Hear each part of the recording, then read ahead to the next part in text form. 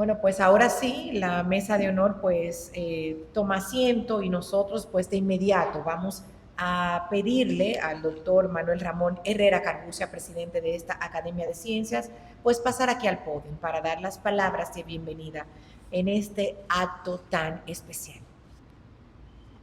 Voy a repetir algo que dije en la último ingreso en esta academia,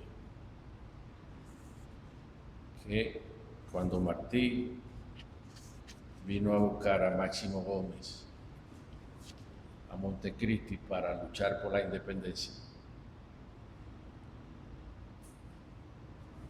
Máximo Gómez le dijo: ¿qué me van a dar los cubanos a cargo del trabajo que voy a hacer? Y Martí le dijo: la independencia de Cuba y la posible ingratitud de los hombres. La posible ingratitud de los hombres. Es un día especial. Como todos los días especiales no son perfectos. Rosa, la intensa de la academia, se le olvidó poner una silla, se le olvidó esto, se le olvidó aquello. Pero, como dijo Martí, o mejor dicho, Máximo Gómez, cuando ya estaba en Cuba y le llevaron los soldados que iban a luchar con él, le dijeron: son estos. Eran pocos. Él dijo: están lo que tienen que estar. Entonces, esta noche, que es una noche memorable, con un gran hombre, estamos lo que tenemos que estar. Realmente agradecer a la mesa de honor, profesor Luis Arias, coordinador de la Comisión de Ciencias Jurídicas, profesor de profesores Rafael Albuquerque, y el candidato a miembro y miembro dentro de unos instantes, doctor Héctor Arias Bustamante.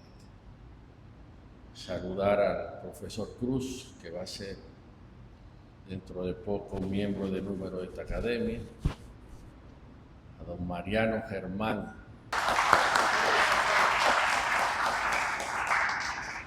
a la magistrada y hermana Nancy Salcedo, y al ilustre, vamos a dar un aplauso a Nancy, ilustre amigo Justiniano Montero. Toda una institución, un proceso y en una época de renovación, de transformación.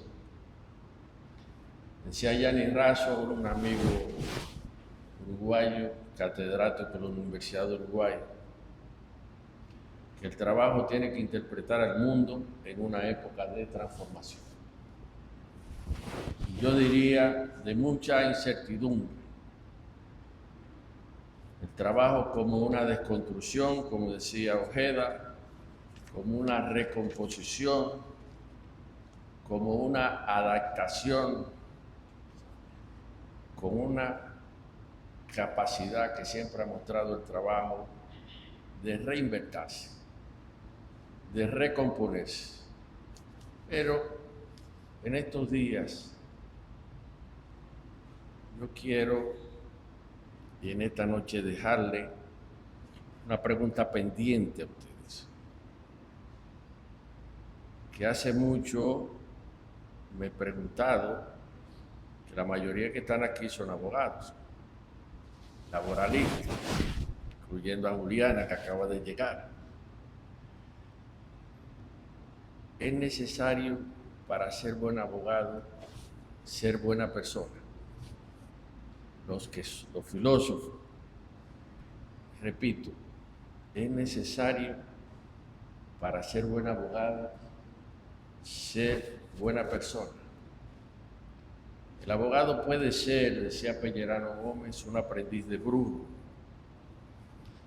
Como decía Pina, un técnico a secas, como a veces yo digo, un trabajador intelectual con buena o mala fama, o un profesional con habilidades especiales. Hoy quiero recordar a Ballester Hernández, a García Ibar, a Pina, el papá de Pina Toribio, que hizo una ley en el 30, al mismo Balaguer, que escribió un trabajo sobre la OIT que está en el Archivo Nacional, a Ramón García y a las dos grandes escuelas que ha habido o hay una tercera en ciernes que hay en la República Dominicana. La escuela de Luis Fernández Rueda, una escuela enciclopédica, clásica, sobre todo basada en la doctrina de los años 40 y 50, y la escuela moderna que dirige el profesor Albuquerque, que trae la corriente de León Caen, trae la doctrina argentina, brasileña, uruguaya, y que tiene la capacidad de reinventarse. Hay una tercera escuela que es la que trata de impregnar el constitucionalismo al derecho de trabajo, que es basada sobre todo, ahora que tengo a Marianito, a partir de las sentencias del 2012, fundamentado en la Constitución del 2010. Todas esas escuelas, quiero recordar a Cabanellas, Mario de la Cueva, a Paco, Hermida, Mancini, Rolando, Caldera, ya mencioné a Ramón García, no siempre bien recordado. Hoy nos toca con orgullo y honor recibir a un jurista de alto vuelo. Lo conocí hace casi 30 años, que a solicitud del doctor Albuquerque, a una pregunta que le hice para un evento en San Pedro de Macorís en el 96, 98, y él me sugirió dos nombres. Mario Paco, que se convirtió casi en dominicano y estuvo aquí unas 6 o 7 veces, gran amigo, gran hermano, y me sugirió, me dijo Rafaelito en ese momento, hay un joven brillante que se llama Héctor Arias Bustamante, y no se equivocó. Profesor Héctor Arias Bustamante es un caballero de fina estampa, mesurado, respetuoso, inteligente, un litigante que trata de ganar pero no maltratar, profesor de varias universidades de grado y maestría, con posgrado, maestría, doctorado, de frases cortas como vos o Borges, pero precisas y directas, que tiene un respeto y una credibilidad y una autoridad moral y jurídica reconocida por el país completo. Hoy los laboralistas, como decía Eduardo Borges para hace unos años, que es la clase jurídica que más se reúne y analiza una rama.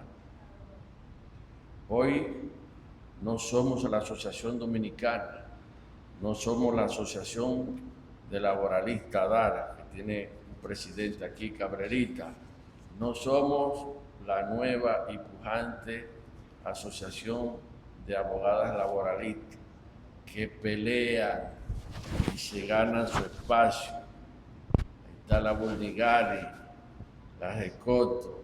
Hoy todos los laboralistas nos sentimos orgullosos, y esta Comisión de Ciencia Jurídica que tiene a Luis Arias como coordinador, a Albuquerque, Castaño, Castellano Pisano, Rosina de la Cruz, Héctor Dotelmato, Franklin García, Luis Gómez, Porfirio Hernández, Cuello Herrera, Luis Cheque, Jorge Subero Isa, Yocasta Valenzuela y Wenceslao Vega, y próximo a entrar Eduardo Jorge Prat, Milton Ray Guevara, Wilson Gómez y Marianito Germán.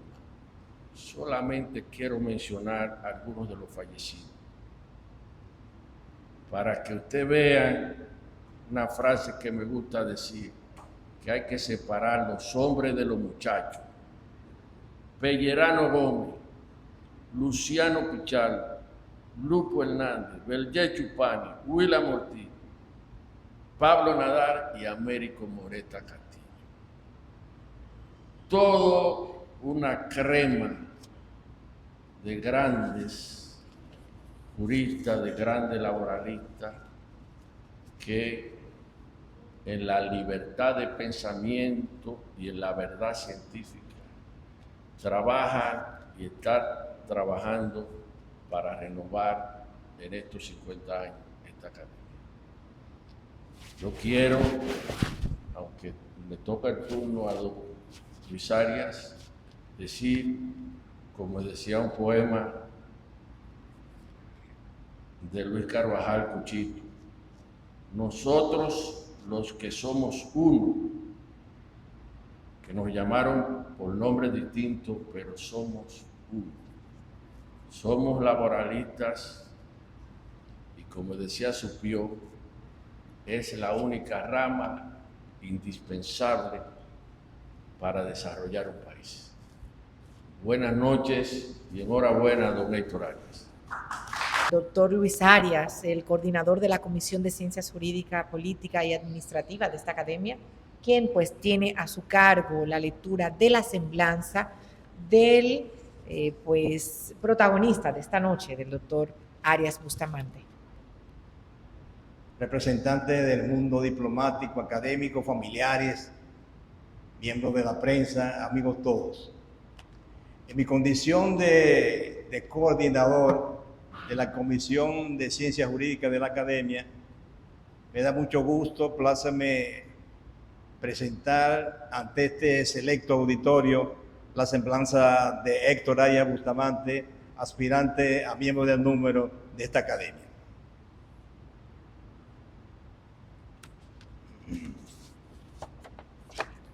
Héctor Arias Bustamante nació en Santo Domingo, aunque sus raíces maternas y educación hogareña lo vinculan con la ciudad de San Pedro de Macorís. Su educación básica la cursó en el Colegio Santo Tomás de Aquino, bajo la dirección de don Manolín Troncoso de la Concha. Se graduó de bachiller en el Liceo de Estudios Comerciales Víctor Estrella Liz, dirigido por doña Margarita Páez de Abreu. Inició sus estudios de Derecho en la Universidad Autónoma de Santo Domingo.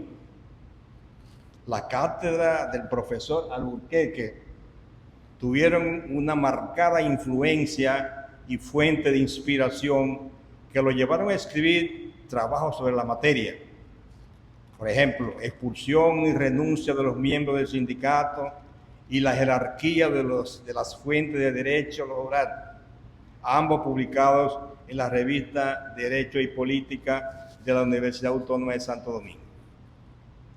En la Universidad Autónoma de Santo Domingo obtuvo el título de doctor en Derecho. Fue galardonado con los premios J.H. Ducudrey, Facultad de Ciencias Jurídicas, y Trabajador Universitario, categoría estudiantil.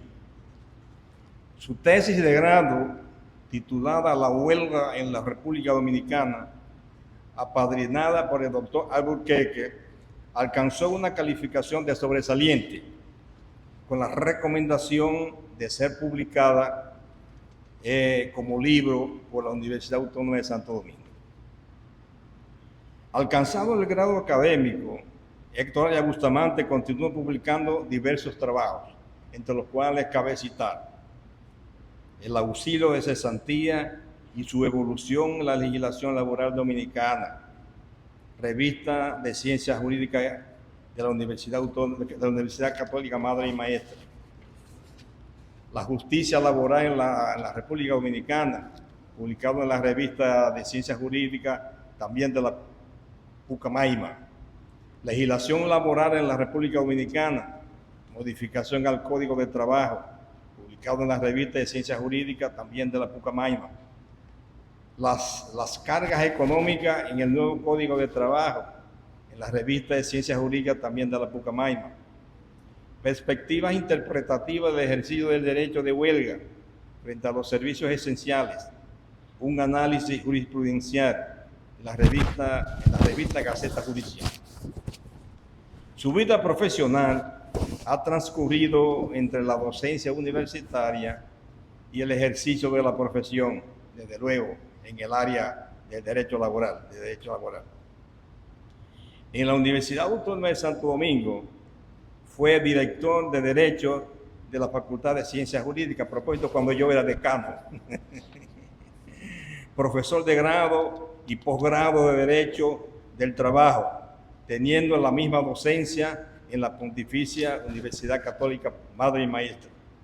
Su labor docente ha transcurrido en las aulas universitarias, ha trascendido las aulas universitarias, siendo conferencista junto a los doctores Rafael Alburquerque, Lupo Hernández Rueda y Julio Aníbal Suárez en los seminarios nacionales dirigidos a los jueces de la República y organizados por la Suprema Corte de Justicia sobre el procedimiento del nuevo Código de Trabajo en ocasión de la promulgación del Código de Trabajo. Fue miembro de la comisión redactora del proyecto de reglamento para la aplicación del Código de Trabajo de 1992, integrada por los laboralistas Rafael Alburquerque, Julio Aníbal Suárez, Víctor Ray Guevara y Pablo Nadal.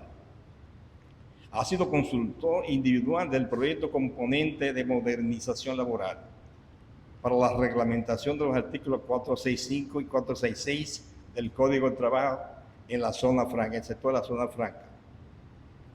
Consultor individual del proyecto Fortalecimiento de la Justicia Laboral en América Latina y República Dominicana, patrocinado por la Oficina Internacional del Trabajo, OIT. Coordinador para la República Dominicana del proyecto Red de Asesoría Laboral de Centroamérica y la República Dominicana, patrocinado por el Ministerio de Recursos Humanos y Desarrollo Social. Consultor para la República Dominicana de la Organización Internacional del Trabajo. En la Junta Central Electoral desempeñó diferentes funciones: inspector, supervisor de oficialía del Estado Civil y director de registro civil. Es miembro de la Asociación Iberoamericana del Derecho de Trabajo y la Seguridad Social. Actualmente preside la Asociación Dominicana de Derecho del Trabajo y la Seguridad Social. Por más de 20 años ha sido miembro de la Comisión Central de la Universidad Autónoma de Santo Domingo. Su ejercicio profesional lo inició en la oficina Alburquerque Saya Bazán. Actualmente dirige su oficina Arias Bustamante y Asociados. El doctor Héctor Arias Bustamante es un consagrado académico y un prestigioso laboralista. Esta noche, ante este selecto auditorio, vamos a tener la ocasión de escuchar el discurso de ingreso del doctor Héctor Arias en la República Dominicana. Me permito invitar al doctor Héctor Arias Bustamante a Núñez, coordinador de la Comisión de Ciencias Jurídicas, Políticas y Administrativas de esta Academia de Ciencias de la República Dominicana. Señoras y señores, miembros de esta Academia de Ciencias de la República Dominicana, amigos y amigas, no puedo desperdiciar esta ocasión para saludar de manera especial al doctor Rafael Alburquerque,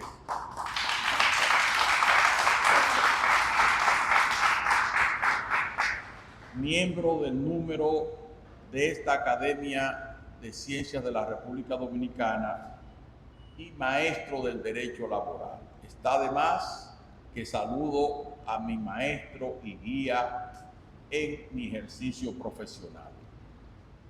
También debo saludar con mucho afecto y distinción a esta concurrencia, especialmente al doctor Mariano Germán Mejía, mi profesor,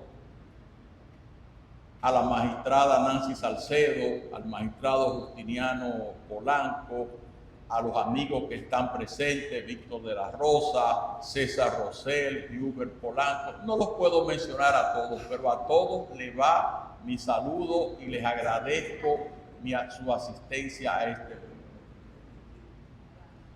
Puedo decirles que cuando recibí la noticia de mi ingreso a esta prestigiosa Academia de Ciencias de la República Dominicana y que la misma, es decir, mi ingreso estaba condicionada a la presentación y disertación respecto a un tema de mi elección, no dudé en pensar en el derecho del trabajo, que es y ha sido una disciplina jurídica que me ha apasionado desde mi vida estudiantil y posteriormente en el ámbito docente y profesional. Entre los diversos temas, todo de indiscutible interés, llamó mi atención uno en especial: el particular nacimiento y progreso del derecho del trabajo en la República Dominicana. Y me pregunté, y le pregunto a ustedes, ¿por qué razón? Uno de los valores que adornan esta disciplina es su carácter progresista. Esto es, que sus normas van en constante evolución con el fin de mejorar las condiciones de trabajo del subordinado.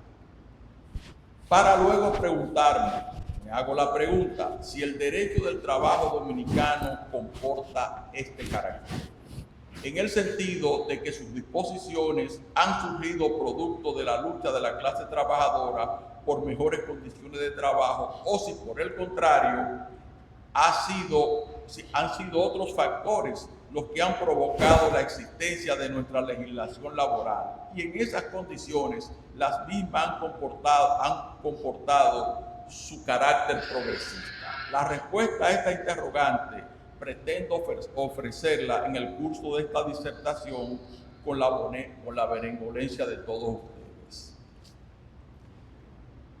La aparición del Código Civil francés en 1804, que inauguraba como paradigma la igualdad ante la ley y la libertad, pretendió organizar la vida del hombre en sociedad. Sin embargo, esta igualdad paradójicamente creó una profunda desigualdad social, ya que no bastaba, como afirma Albuquerque, y lo cito, que la ley fuera igual para todos y que todos procuraran la misma igualdad de oportunidades, para que el hombre, como fuente de todo, buscara su propio bienestar y desarrollo. En los hechos, este régimen de libertad sirvió de fundamento de la opresión de los asalariados. Fue una libertad irreal. Esa libertad e igualdad proclamada por la Revolución Francesa y recogida por el Código Civil, en la realidad de los hechos profundizó la desigualdad entre el ciudadano que prestaba sus servicios a otros como forma de subsistencia. Así, la libertad sintetizada en la expresión ya famosa laissez-faire, laissez-passer, permitió las grandes desigualdades entre los ciudadanos. Un informe del doctor Villamer, presentado ante la Academia de Ciencias Morales y Políticas de Francia en el año 1840, describía las condiciones de trabajo de la época: jornada de trabajo de hasta 12 horas diarias, salarios a la baja, en consideración a las reglas de la oferta y la demanda, incorporación al trabajo de menores sin ningún tipo de consideración, ausencia casi total de higiene en el trabajo. No solo el informe de Villamet describió la situación, sino también que la encíclica papal Rerum Novarum se expresó en iguales términos, y me permito citarla. Los obreros se han visto entregados solos e indefensos, con la condición de los tiempos y la inhumanidad de sus amos y a la desenfrenada codicia de sus competidores, de suerte que unos cuantos hombres opulentos y riquísimos han puesto sobre los hombros de la multitud de proletarios un yugo que difiere poco de de los esclavos.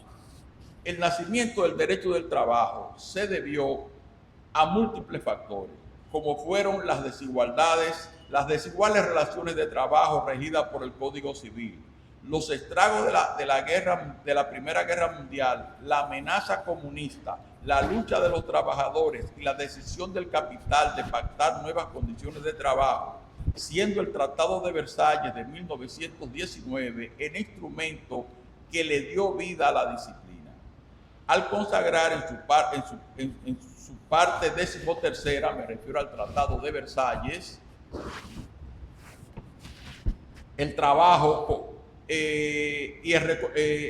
me refiero a la creación de la Organización Internacional del Trabajo y al reconocimiento de los principios que sustentan universalmente el trabajo, como son la jornada de trabajo de 8 horas diarias y de 40 horas semanales, descanso semanal de 24 horas, la no consideración del trabajo como simple mercancía, el pago de un salario que asegure una vida conveniente, el principio de igual salario por igual trabajo, el derecho de asociación tanto de trabajadores como de empleadores, la supresión del trabajo de los menores y la creación de un servicio de inspección a fin de asegurar el cumplimiento de la ley y las normas relativas al trabajo.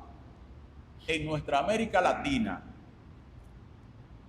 apreciamos un fenómeno particular, que fue el Sermón de Montesinos del 21 de diciembre de 1511, en el cual se denunciaban las crueldades que pasaban los indígenas en nuestra América, y luego, como consecuencia de este sermón, surgieron las llamadas leyes de Indias, promulgadas en 1680 por el rey Carlos II de España, que procuraban más bien por establecer normas en los territorios conquistados, no solo en América, sino también en Asia. El contenido de las mismas era de amplio espectro, tratando temas de la propiedad de la tierra, la asistencia sanitaria, la protección a la infancia, represión a la vagancia, entre otras. En el ámbito laboral incluían la libertad de trabajo para los indígenas, fijación de un salario justo, pagado en efectivo, una jornada de 8 horas diarias con descanso intermedio, pago proporcional del salario con motivo de accidentes de trabajo, protección al trabajo de la mujer, en cuanto a prohibir su trabajo en las haciendas o estancias. Esto ocurrió en la América precolombina, conforme las leyes de India. Indudablemente que se trató de un antecedente sorprendente para la vida de los indígenas en las tierras conquistadas. Pero no podemos afirmar que estas leyes de India significaron el nacimiento del derecho del trabajo en nuestra región, ya que el origen de las mismas se debió a razones de índole humanitaria impulsada por la Iglesia Católica a través de su encíclica Rerum Novarum. Las leyes de India, en la opinión del profesor Alburquerque, y lo cito, pueden reputarse como modelo de una legislación de trabajo y tuvieron el mérito de adelantarse por varios siglos a lo que en los tiempos actuales nos parece lo usual y lo corriente. Sigo citando al maestro. Lamentablemente, en los hechos fueron totalmente desconocidas, quedando los indios sujetos a la arbitrariedad de los encomenderos y de las autoridades coloniales. Termino la cita. Otro antecedente notable en nuestro continente lo es la Constitución Mexicana de 1917, mejor conocida como la Constitución de Querétaro, surgida como consecuencia de la Revolución Agraria Mexicana, con un contenido profundamente social.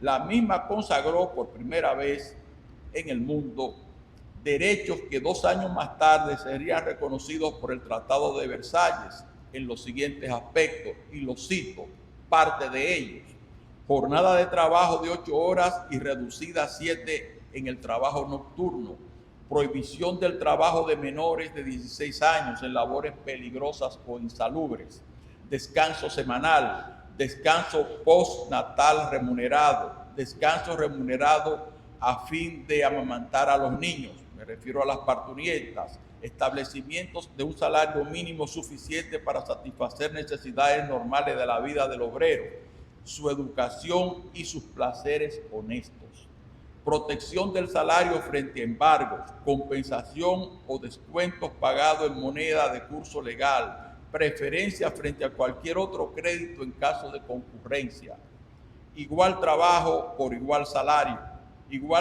por igual trabajo, quiero decir, remuneración con aumento de un 100% por las horas extraordinarias de trabajo, responsabilidad del patrón en ocasión de accidente de trabajo, normas relativas a la higiene y salubridad en el trabajo, entre otras. Sin embargo, su contenido social, y cito la Constitución mexicana, no significó que nuestro continente marchara a la vanguardia en el nacimiento y desarrollo del derecho del trabajo, ya que en países como Chile, sus primeras leyes laborales aparecen para el año de 1924, lo mismo que en Perú y Guatemala, que legisló por primera vez en la materia para el año de 1926. Venezuela y Ecuador ya lo hicieron más luego en el año de 1922. En la República Dominicana, ¿cómo podemos apreciar el nacimiento de la disciplina? En nuestro país fueron otros factores que generaron ese nacimiento, la aparición de las primeras leyes de carácter laboral. Puedo citar que la primera disposición atinente al trabajo fue la orden departamental del 1 de marzo de 1918, dictada por el gobierno de ocupación de los Estados Unidos, la cual creó el Departamento de Trabajo.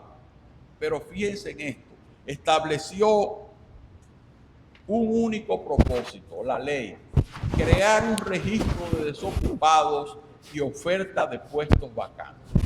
Eso creó esa orden ejecutiva. Y nosotros nos preguntamos, si para esa época el desarrollo de nuestro país ameritaba la creación de un departamento de trabajo con el propósito exclusivo de llevar un registro de desocupados, lo que nos lleva a pensar que detrás se ocultaban otros propósitos de control político dentro del contexto de la ocupación militar que padecíamos y de cara a la resistencia patriótica armada a dicha intervención, que fue calificada despectivamente por los interventores como gavilleros, lo que equivaldría al calificativo de delincuentes comunes.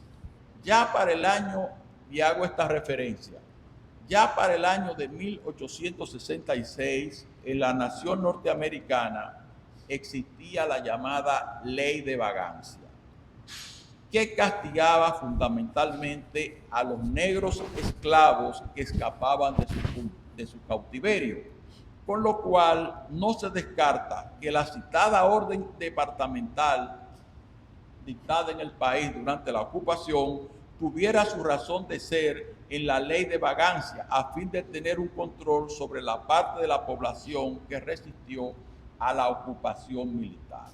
Obsérvense que esa orden ejecutiva no tenía por propósito las relaciones de trabajo. Con el registro de desocupados se pretendía tener un control político de la disidencia.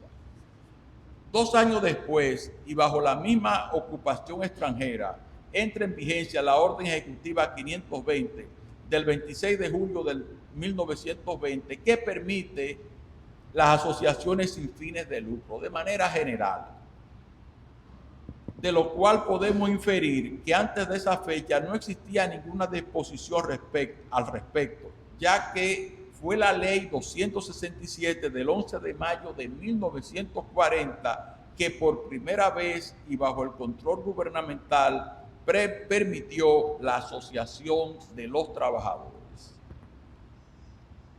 Una vez el país liberado de la ocupación militar norteamericana, se votó la ley 175 del 26 de mayo de 1925. Esta ley establecía el cierre de los establecimientos comerciales, industriales, fábricas y de oficinas públicas los domingos y días feriados o de reverencia religiosa también, lo cual generó un beneficio indirecto a favor de los trabajadores. Al cerrar las industrias, las empresas, el trabajador disfrutaba de ese descanso. Por ese motivo, al proporcionarle, como digo, un descanso semanal.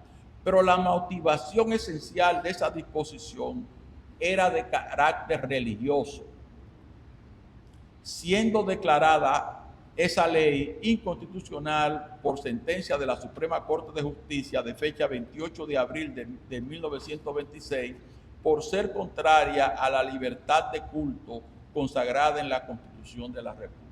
Hago el siguiente señalamiento. Hasta donde tengo conocimiento, la Suprema Corte de Justicia no ha cambiado ese criterio.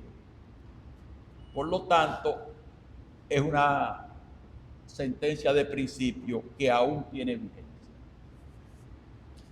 El ingreso de nuestro país a la Organización Internacional del Trabajo el 29 de septiembre de 1924 no significó que el país abriera sus puertas al mundo del trabajo, ya que nuestra realidad era otra, como afirma el doctor Álvarez Aybar en una obra titulada La Era de Trujillo, o la colección Era de Trujillo, y cito al doctor Álvarez Aybar.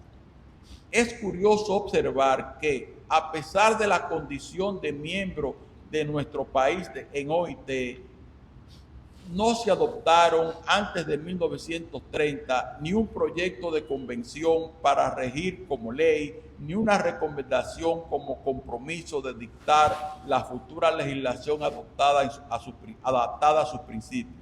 No cabe duda de que solo había mucho descuido, sino también medularmente la falta de clima social económico para recibir sugerencias en materia en que no estábamos preparados y actividades que no existían en el país. ¿Qué dice en estas notas el doctor Álvarez Aybar? Que para el año de 1924 las relaciones de trabajo en República Dominicana eran escasas e incipientes. Para esa época, y tomando en consideración la crisis económica mundial de 1929, me refiero a la Gran Depresión, en nuestro país el desempleo promedio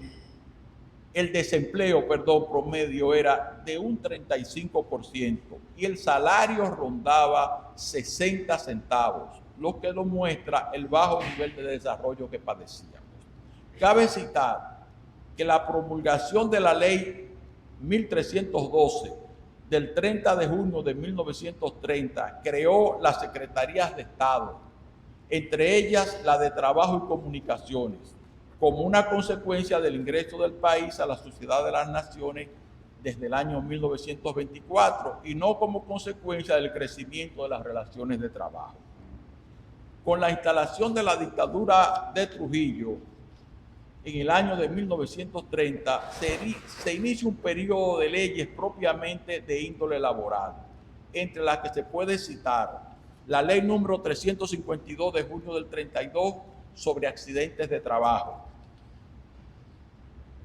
la ratificación de los convenios 1, 5, 7 y 10 de la Organización Internacional del Trabajo, la ley 237 de 1935 sobre dominicanización del trabajo, la ley 929 de 1932 que fijó en 8 horas diarias y 48 semanales la jornada de trabajo, la ley 1278 del 1937 que estableció los días feriados y los días de duelo como no laborables.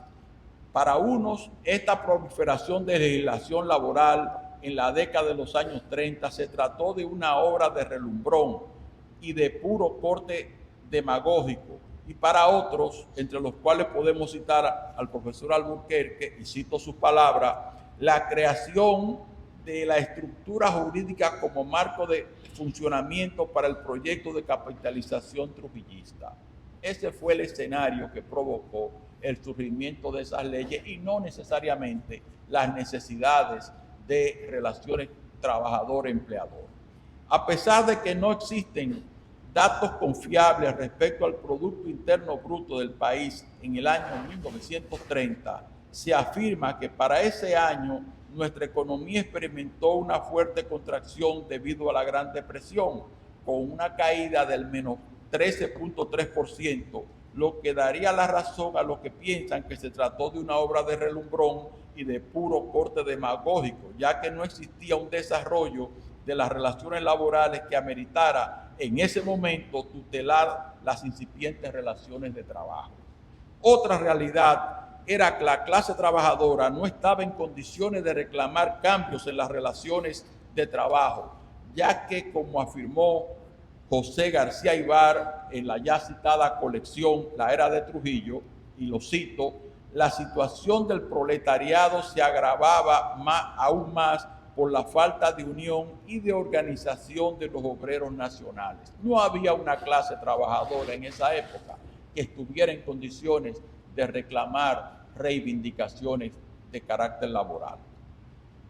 Siguiendo esa misma línea, la economía dominicana para la primera mitad de la década del 40, aun cuando el mundo permanecía inmerso en la Segunda Guerra Mundial, experimentó cierta mejoría, impulsada por la política de sustitución de importaciones, la lucha contra el endeudamiento externo, la recuperación de las aduanas tras la firma del Tratado Trujillo y la posterior creación de la moneda nacional, permitieron un mayor control económico y el fomento de la producción nacional. El régimen de Trujillo consolidó su poder al impulsar el pago de la deuda externa y expandir el control estatal, en un contexto afectado por la Segunda Guerra Mundial que dificultó la importación de mercancías, propiciando con ello el nacimiento de la incipiente industria nacional, como fueron la Fábrica Dominicana de Cemento en 1940, la Chocolatera, la Fábrica de Clavos, Dominicana de Aviación, la Fábrica de Pinturas, entre otras. Sin embargo, el surgimiento de estas empresas no significó que nuestra clase trabajadora avanzara a niveles de crecimiento y desarrollo. El régimen mantenía un control férreo del sindicalismo nacional.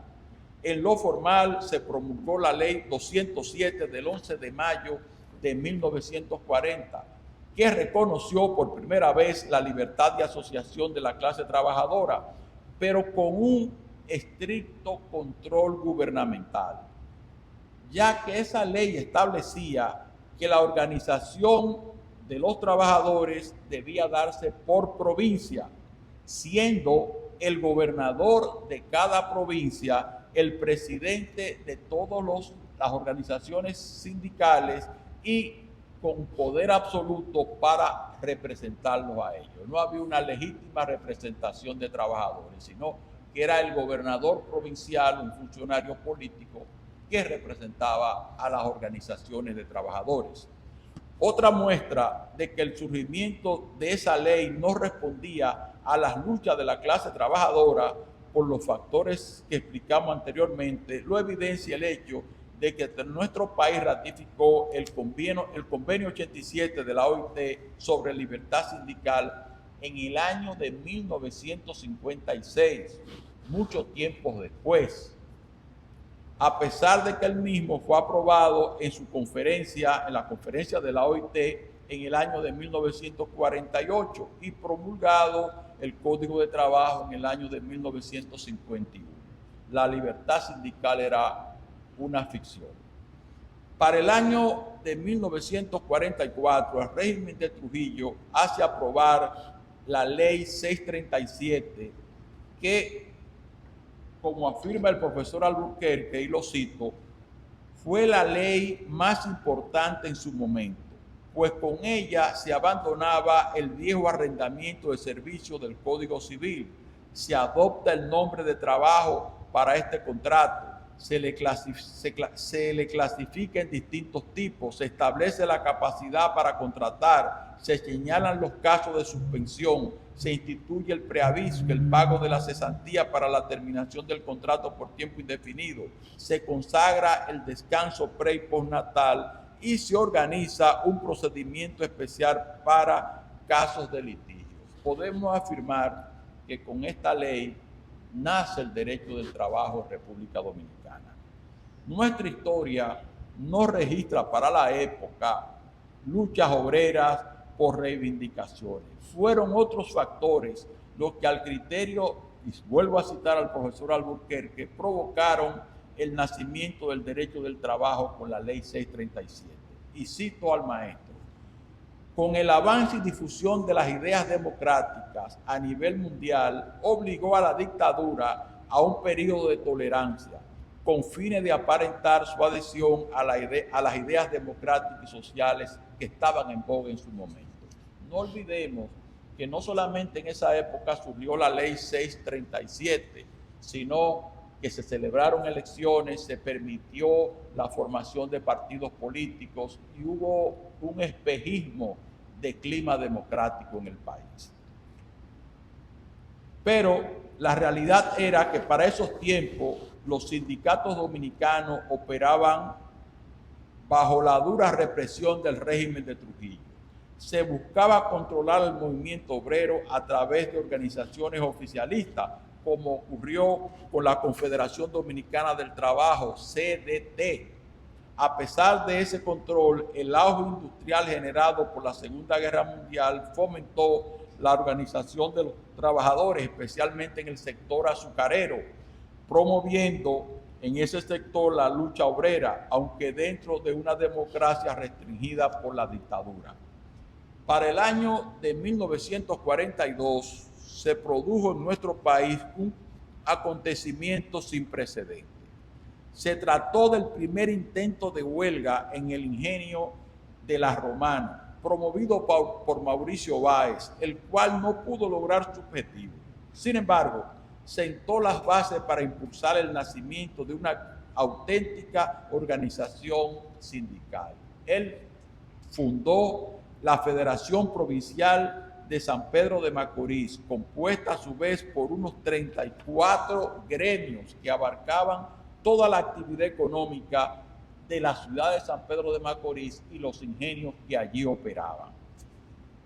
Justino José del Orbe, compañero de luchas de Mauricio Báez, relata en su obra titulada Mauricio Báez y la clase obrera lo siguiente, y cito a del Orbe, y cita un episodio de ese movimiento huelgario del 44, y dice: Mauricio, comprendiendo la esencia de la maniobra trujillista, lanzó la consigna audaz de organizar la Federación Provincial de San Pedro de Macorís antes que lo intentaran los agentes del régimen, aprovechando que para esta fecha, 1944, ya se tenía una buena cantidad de gremios organizados y que desde hacía varios años venían dando batalla por la conquista de reivindicaciones diversas.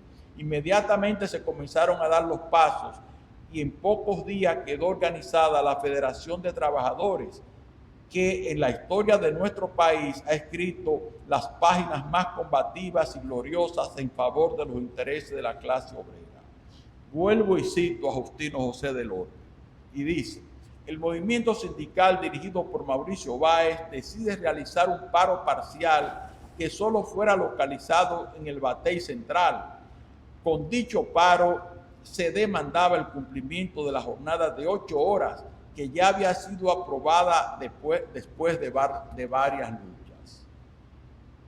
En una obra titulada La huelga en la República Dominicana se narran acontecimientos interesantes de ese movimiento huelgario. Me voy a permitir citarlo. Es un poco largo, pero vale la pena.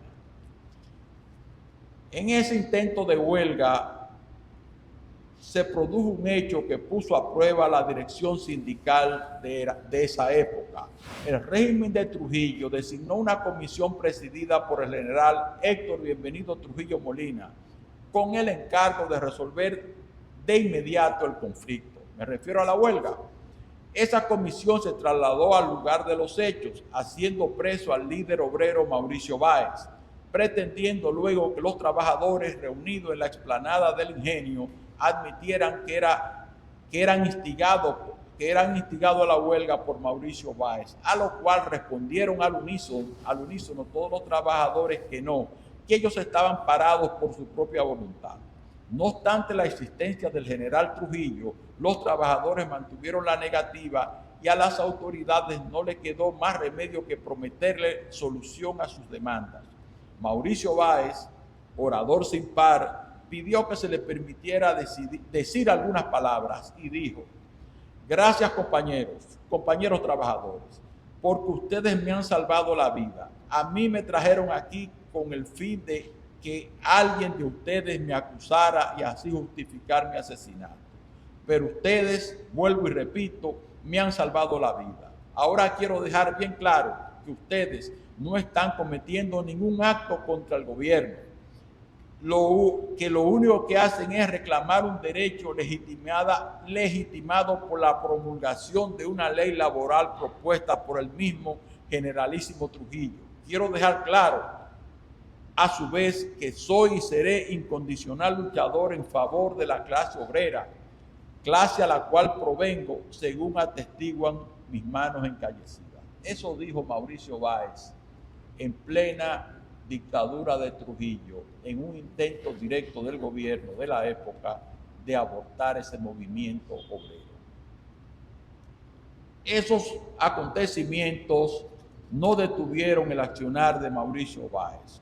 Cuatro años más tarde, en el año de 1946, lideré a la llamada huelga general, dicho así porque paralizó toda la actividad laboral de los ingenios de la zona este del país.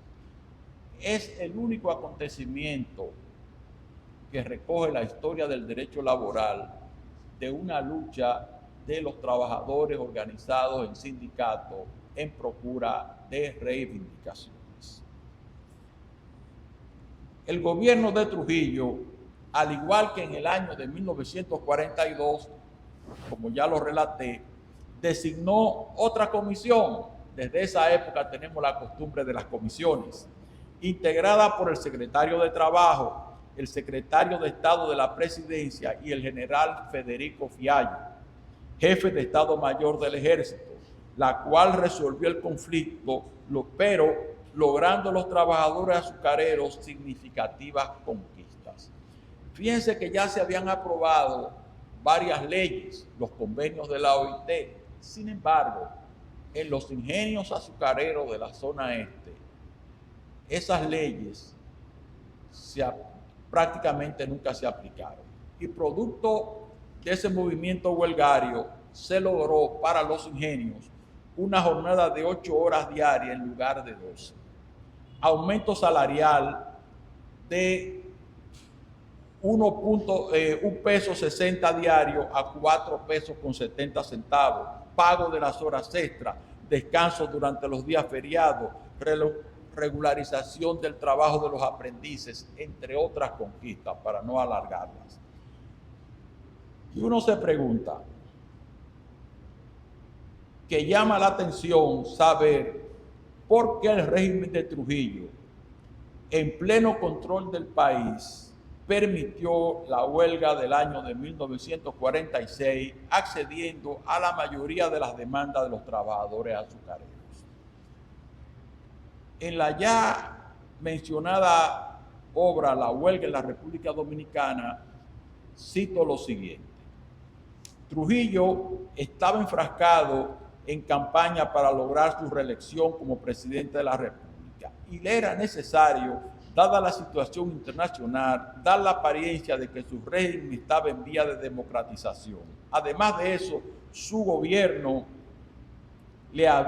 se había convertido en el centro de ataques en América Latina y se temía que el empuje internacional provocado por este movimiento democrático obligaría a la potencia del norte a cambiar la ficha de Trujillo por otra aparentemente democrática o liberal. Eso para muchos fueron las razones por las cuales el régimen de Trujillo cedió ante las presiones de la huelga del 46. Pero existe una explicación mucho más autorizada de lo que acabo de citar. El profesor Jesús de Galíndez, que escribió su tesis doctoral titulada La era de Trujillo, y que para muchos le costó la vida, que para esa época fungía como consultor jurídico de la entonces Secretaría de Estado de Trabajo y miembro de la comisión que medió en la solución del conflicto de la huelga de 1946, Galíndez en su obra dice lo siguiente, y lo cito: como ella, refiriéndose a la huelga del 46, tuvo lugar en una época en que la marea democrática de la posguerra estaba en efervescencia, el gobierno no se atrevió a reprimir a la fuerza por la fuerza, no tomó ninguna represalias mientras duró la huelga. Pude constatar yo mismo hasta qué punto la disciplina obrera, su resolución, impresionaron e inquietaron a las autoridades. Pero una vez terminado el movimiento, comenzaron las represalias individuales. Todos sabemos el destino trágico de Mauricio Báez. Luego del citado fenómeno huelgario, el régimen de Trujillo promulgó la Ley 1094 de 1946, la cual por primera vez vino a reglamentar las huelgas y los paros. Cuando se celebró la huelga del 46 no había ninguna disposición que tutelara ese fenómeno. Esa ley estableció el procedimiento y los plazos a los fines de producir una huelga o un paro, pero sin reconocer expresamente ese derecho, a pesar de establecer el procedimiento para la solución de los conflictos económicos de trabajo, que la huelga es uno de ellos. Podemos afirmar que se trató esa legislación, me refiero a la ley 1094, que se trató de la primera legislación laboral surgida con el propósito de reglamentar un hecho producido con anterioridad, el conflicto económico de la huelga, y no una disposición generada por otros motivos. Permítame un momentito, por favor. La ley 1094. Es verdad que hasta entonces no se había iniciado el progreso económico real en nuestro medio y naturalmente eran muy reducidas las desavenencias que surgían entre patronos y trabajadores. Fue una ley que se generó como consecuencia de un hecho específico, la huelga del 46. Debemos recordar que para el año de 1946 ya habían sido promulgadas la ley 924, que fijó 8 horas diarias y 48 horas de la jornada de trabajo. La ley 1278 del 37, que estableció los días festivos. La ley 183 sobre descanso dominical y otras más. Un tiempo después, específicamente en ocasión de reclamos laborales de los obreros del Central Romana y del Ingenio Santa Fe, uno en La Romana y otro en San Pedro de Macorís, el secretario de Trabajo de ese momento produjo unas declaraciones en el periódico El Caribe el 6 de enero de 1954 que describen en breves palabras la realidad que vivía el país, sobre todo en la industria azucarera. Dijo el secretario de Trabajo del 54, el monopolio comercial y la violación al Código de Trabajo que ha venido implantando el Central Romana en sus más de 140 bodegas, estrangulando el salario de los trabajadores. Es la autoridad de la época que describe una situación de incumplimiento de la ley y de desavenencias. Ya para el año de 1951 se produce el Código de Trabajo, que entre otras cosas recopiló y condensó en un solo cuerpo la diversidad de leyes vigentes en esa época, además de incorporar institutos propios de esta disciplina. El surgimiento del Código de Trabajo, al igual que otras disposiciones, no fue el producto de las luchas de la clase trabajadora, que es la naturaleza de las leyes laborales, ya que la situación económica y política del país no lo permitía, no permitía a la clase trabajadora luchar por reivindicaciones. Y cito un episodio interesante. En ocasión de una videoconferencia que se celebró dentro del marco de los países que integran el Sistema de Integración Centroamericano, SICA, el ingeniero Temístocles Montaz, para ese momento ministro de Economía y Planificación, afirmó lo siguiente, y lo cito, que la República Dominicana pasó de ser la economía más atrasada de América Latina en 1950 a la de más rápido crecimiento en los últimos años. ¿Qué describe esta cita? Que en el año 50 no existía el desarrollo económico e industrial del país que requiriera de una codificación. Esa afirmación que acabo de hacer pudiera tener su razón de ser en que en el censo de 1950, un año antes de la promulgación del Código de Trabajo, la República Dominicana tenía una población de 2.135.872 habitantes, de la cual el 50.13% eran hombres y 48.87 mujeres. Cito esta diferencia sin ánimo de discriminar ni parcializar nada, en razón de que para la época la mujer no había alcanzado los niveles de integración a la producción que hoy tiene y por lo tanto la fuerza laboral recaía mayoritariamente en los hombres, alcanzando no más de 1.070.000 habitantes, hombres más bien. Además, la población era mayoritariamente rural, alcanzando el 76.20%, y dadas las características del trabajo de campo, podemos establecer que el trabajo urbano, del cual se ocupa mayoritariamente la legislación laboral, era escaso. Todo esto nos dice que para el año de 1950 éramos un país pobre. En el ámbito político, Félix Hernández, en una obra titulada 50 años de vida sindical, describe la década del 50 de la manera siguiente, y lo cito. El generalísimo doctor Rafael Leonidas Trujillo Molina, benefactor de la patria y patria de la patria nueva, no solo gobernaba la República Dominicana, más aún, tenía un control absoluto hasta de los más mínimos eventos que se desarrollaban en ella. Durante el primer lustro de la década del 50, Trujillo ejerce un control político absoluto, sin que se registren actos destacables de oposición. Se halla en la cima de su poderío.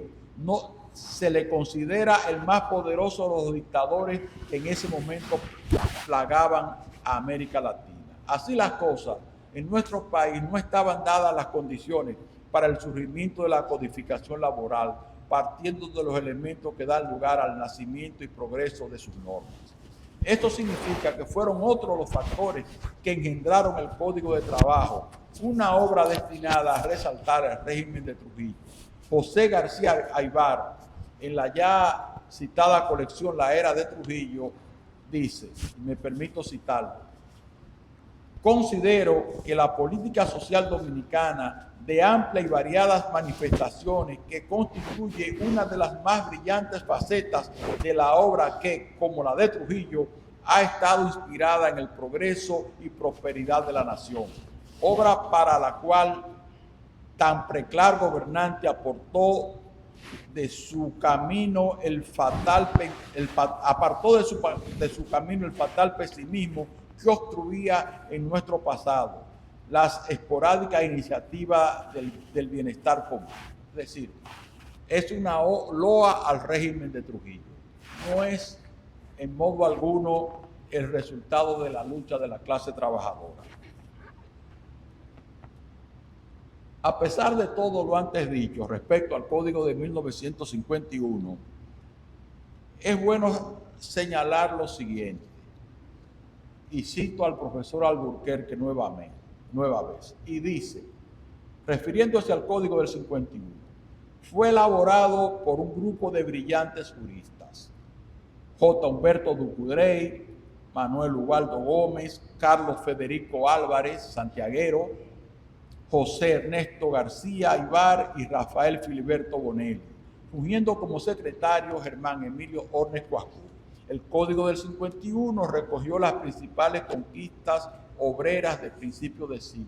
La labor del Código del 51 fue una labor de juristas, de especialistas, pero ¿respondía a las necesidades del país? No, se adelantó a su tiempo y mucho menos fue el resultado de la lucha de la clase trabajadora.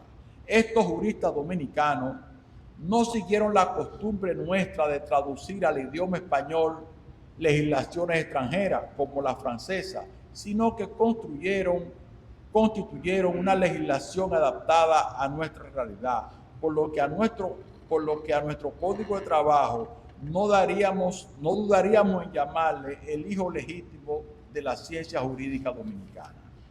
Para no dejar en el aire esta última afirmación, valdría la pena citar algunas de las ideas contenidas en la exposición de motivos que acompaña al Código de 1951. Y es de los pocos, quizá el único código, que está precedido de una exposición de motivos. Y cito algunos pasajes de esa exposición. Afirmaron sus redactores que la multiplicidad de leyes relativas al trabajo en sus más variados aspectos dio lugar a que se estudiara la conveniencia de consolidar todas las disposiciones en un solo instrumento jurídico, o lo que es lo mismo, que se llevara a cabo la codificación de dichas leyes, introduciéndoles las reformas que fueran necesarias. Pero miren, lo más importante es la parte relativa al procedimiento laboral. Y voy a citar ese aspecto. Definieron claramente las particularidades del procedimiento laboral y su necesaria diferenciación con el derecho común, cuando afirmaron, y cito, las disposiciones del libro séptimo constituyen un verdadero código procesal en el cual figuran las más amplias previsiones, y presten atención a lo siguiente, con el fin de que la aplicación del derecho común en materia de procedimiento esté restringida de una manera absoluta a los casos realmente indispensables. Ahí definieron la autonomía, la independencia del derecho procesal del trabajo.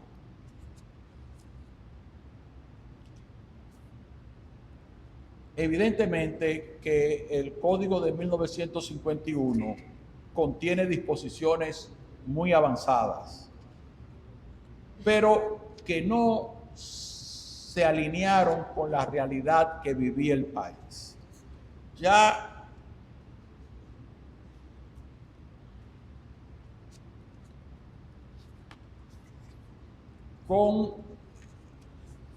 en el año de 1942, y quiero volver atrás para citar un hecho interesante, la Constitución del año de 1942 contempló por primera vez aspectos de las relaciones de trabajo, al establecer la jornada de trabajo, los días de descanso, las vacaciones y los salarios mínimos que debían ser regulados por las leyes adjetivas que fueran promulgadas. Fue esa Constitución del 42 la que por primera vez tocó el aspecto del derecho del trabajo. Sin embargo, es la Constitución de 1963 que no fue el producto de una revolución como la mexicana del 17, sino por el ascenso al poder del profesor Juan Bosch y las ideas democráticas traídas por el Partido Revolucionario Dominicano al país. Esa constitución tuvo una vida efímera. No vale la pena citar los acontecimientos que dieron lugar a su abolición. Ya en el año de 1978 y el cambio de gobierno que se produjo, el país se abrió a nuevos aires, a nuevas discusiones.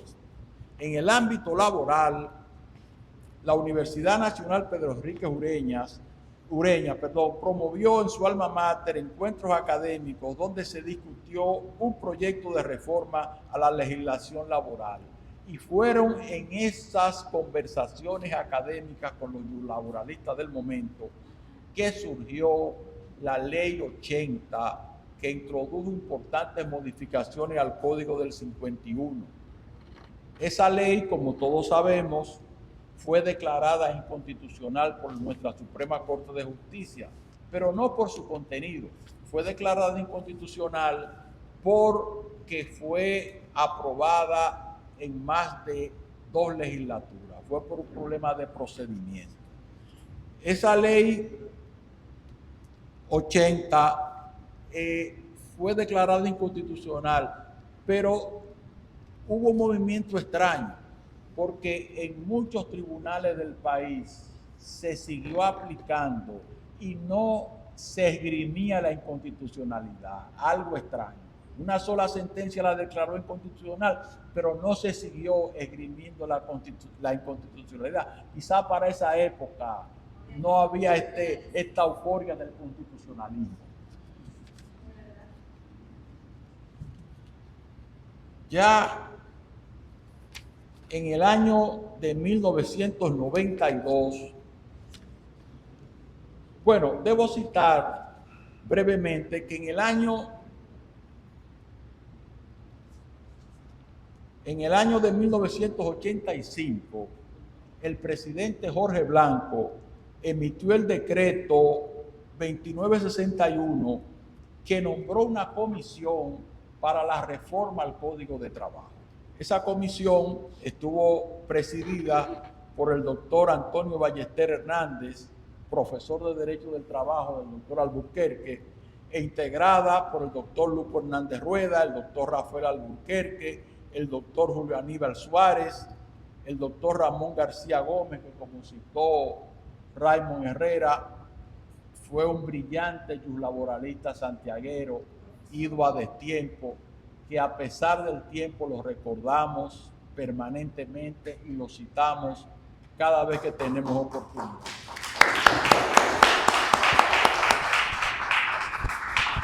Esa comisión tuvo por propósito la modificación al Código de Trabajo, pero esa modificación nunca se produjo. No sé si murió en el Congreso o algo por el estilo.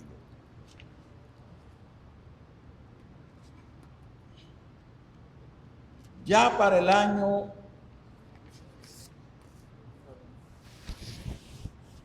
de 1992-90 tendremos que hablar del Código de Trabajo de 1992. Y tendríamos que preguntarnos qué razones se dieron para la aprobación de ese código, que ha sido objeto de elogio en toda América Latina, por ser un código proteccionista aprobado en un ambiente de flexibilización de las relaciones de trabajo. Y yo me pregunto, ¿qué llevó al gobierno de la época, el del doctor Joaquín Balaguer, a impulsar una reforma y contar para ello con el doctor Rafael Alburquerque? Y el diálogo sostenido entre estos dos actores fundamentales, me refiero al doctor Balaguer y al doctor Alburquerque, en ese proceso nos devela el misterio de cómo surge el Código de Trabajo de 1992. Y voy a citar las palabras del doctor Albuquerque en su obra Huellas en el Camino. Lo voy a citar textualmente. Dice el maestro: en efecto, la vasta experiencia política de Balaguer me había permitido intuir que su propuesta me había dejado perplejo. Era una oferta de que ocupara el Ministerio de Trabajo. Siempre he creído que el viejo zorro dedujo de mi profundo y tal vez prolongado silencio que necesitaba explicarme las razones de su propuesta, pues antes de yo emitir una sola palabra me dijo: no le pido un compromiso político, sino un servicio como reputado especialista de la materia y buen dominicano. Y a seguidas agregó: la salud de la economía de la nación está en peligro, con las denuncias continuas de la OIT que han sido utilizadas por los trabajadores norteamericanos para solicitar al Departamento de Estado que nos excluyan de la iniciativa de la Cuenca del Caribe y del sistema de preferencias. Y usted sabe lo que eso significa. Me espetó con voz airada y aparentemente indignado. Que otras empresas de zona franca, que todas las empresas de zona franca se retirarán del país y miles de trabajadores quedarán sin empleo. Y como si esto no fuera lo único, me afirmó todavía molesto: la competencia turística nos agrede con una campaña para destruirnos y les pide a los trabajadores europeos que dejen de viajar al país porque según ellos en el país no se respetan los derechos laborales. Bajó de tono y como un lamento que apenas escuché me dijo: bien venga el mal si viene solo. El axioma jurídico a confesión de parte, relevo de prueba, hace que cualquier comentario resulte innecesario. Esas fueron las razones del Código de Trabajo de 1951 y no la lucha de la clase trabajadora. Ya en el año 2010, para finalizar, porque lo estoy cansando, la Constitución de 1910, del 2010 más bien, le dio una nueva visión al derecho, porque ha influido en la construcción de la jurisprudencia constitucional en materia laboral, que al decir del magistrado Herrera Carbucia en su obra Jurisprudencia Constitucional en Materia Laboral de la Suprema Corte de Justicia, y lo cito: ese constitucionalismo nos da una visión más humana y cercana a la dignidad misma de las relaciones de trabajo, que no se somete al formalismo ordinario, sino que desmenuza las diversas formas de violencias, acoso, discriminaciones en las ejecuciones del contrato, a través de los principios internacionales y de la Constitución como una norma con finalidades y aplicaciones afectivas. Finalmente, el proyecto de reforma que hoy vivimos al Código de Trabajo, para mí es inédito, porque por primera vez es una reforma promovida por los empleadores y los trabajadores acuden a la misma a regañadientes, hasta tal punto que algunos de sus líderes han expresado que prefieren el código actual antes de la reforma. En conclusión, ya para finalizar, debemos afirmar que el nacimiento y desarrollo del derecho del trabajo en la República Dominicana no se ha debido a la lucha de la clase trabajadora, sino que han sido otros los factores los que han influido en dicho proceso, apreciándose algunos avances en leyes específicas. Pero si no fueron los trabajadores, si no fue la lucha de los trabajadores, ¿qué ha provocado el desarrollo, el avance, si se quiere, del derecho del trabajo. Para mí, la labor de los laboralistas dominicanos, Antonio Ballester Hernández, Luco Hernández Rueda, Rafael Albuquerque, Julio Aníbal Suárez, Herrera Carbucia, Ramón García, esos grandes maestros del derecho, los que han impulsado la reforma y han aprovechado y han surgido coyunturas muy especiales. La denuncia de la OIT, gobiernos con sentido democrático, pero en definitiva, el derecho del trabajo dominicano, en el derecho del trabajo no está presente el carácter progresista, porque no ha sido el producto de la lucha de los trabajadores. Muchas gracias por su atención.